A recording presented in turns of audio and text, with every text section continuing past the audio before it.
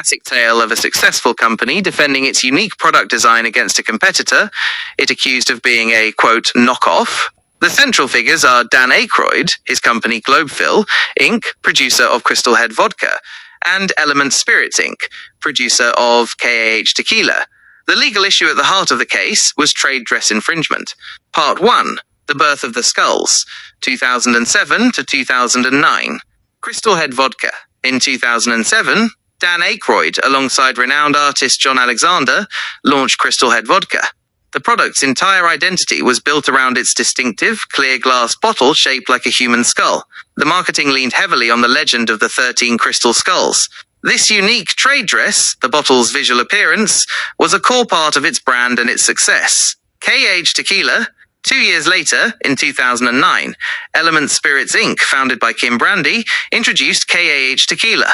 KAH, which means life in Mayan, was packaged in a ceramic skull-shaped bottle. The design was marketed as being inspired by the Day of the Dead, Dia de Muertos, celebrations in Mexico, with each bottle featuring hand-painted designs reminiscent of sugar skulls. Part 2. The Lawsuit and the Initial Setback, 2010 to 2013. The accusation. In 2010, Globeville Inc. filed a lawsuit against Element Spirits in federal court in Los Angeles. Globeville's central claim was that the KAH tequila bottle was not an independent creation, but a deliberate imitation of the Crystal Head vodka bottle. They argued that the skull shape was so similar that it would confuse consumers into thinking the two products were related, which constitutes trade dress infringement. The first trial, the legal battle, dragged on for 3 years. In 2013, the case went to a jury trial. To everyone's surprise, the jury found in favor of Element Spirits. The defense successfully argued that the skull shape was a common theme in products, and that the distinct differences in the bottles, glass versus ceramic, clear versus painted, different marketing stories, were enough to prevent consumer confusion. Part 3.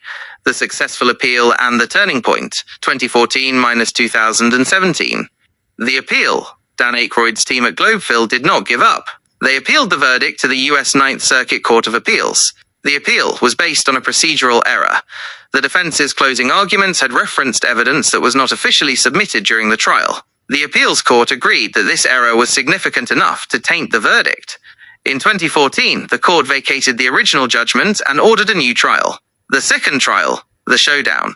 The second trial began in 2017 and proved to be the decisive moment. This time, Globeville came prepared with a smoking gun. The legal team presented the testimony of Walter Shimoniak, the bottle maker for KAH Tequila. Shimoniak's testimony was a game-changer.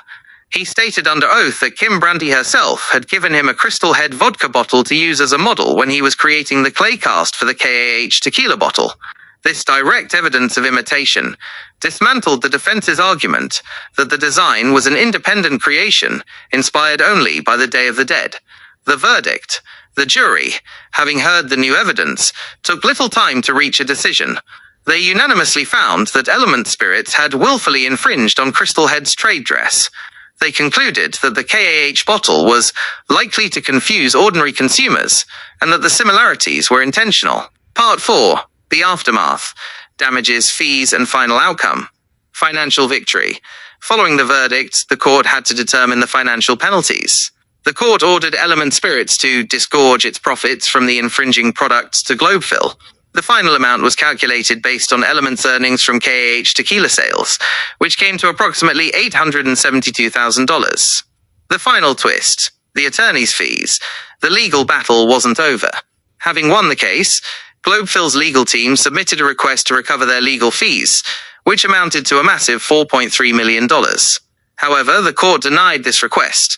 The legal standard for recovering attorney's fees in a trademark case is that the case must be exceptional.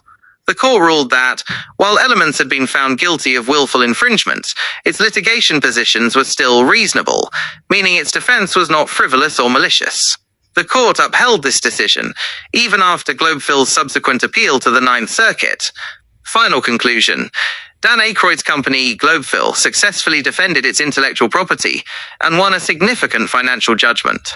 The case serves as a powerful reminder of the importance of trade dress in branding and the consequences of intentional imitation in the marketplace. While they didn't get their legal fees covered, the win was a major victory for the Crystal Head brand, solidifying its place as the original and iconic skull-shaped bottle in the spirits world.